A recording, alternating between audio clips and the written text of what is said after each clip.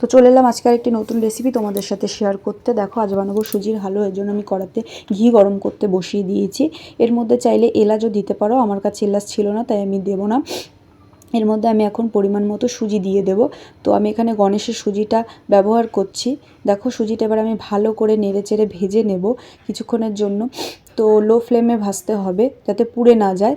এবার ততক্ষণই ভাজবো যতক্ষণ না সুজিটা আমার ব্রাউন কালার হয়ে আসবে। তো দেখো আমি ভেজে নিচ্ছি সুজিটাকে। সুজিটা আমার ব্রাউন কালারের হয়ে গেছে। তো এবার এই সুজির মধ্যে আমি পরিমাণ মতন দুধ ঢেলে দেবো। তো দেখো দুধ দিয়ে দিলাম। এবার আমি এটাকে কিছুক্ষণের জন্য ফুটতে দিয়ে দেবো। তো এবার গ্যাসের ফ্লেমটাকে হাই করে দিলে অসুবিধা নেই। তো দেখো সুজিটা ফুটে উঠেছে। এবার আমি এর মধ্যে পরিমাণ মতো চিনি দিয়ে দেব।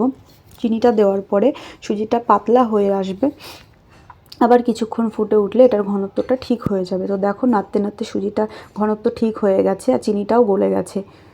তো এবার সুজিটা আমার প্রায় রেডি। এর মধ্যে আমি ওপর থেকে একটু ঘি ছড়িয়ে দেবো। শীতকাল বলে ঘিটা জমে আছে, এর জন্য ভালো করে আমি দিতে পারলাম না। দেখো আমি চামচ দিয়ে বার করে দিয়েছি। তো সুজিটা আমার রেডি হয়ে গেছে প্রায়।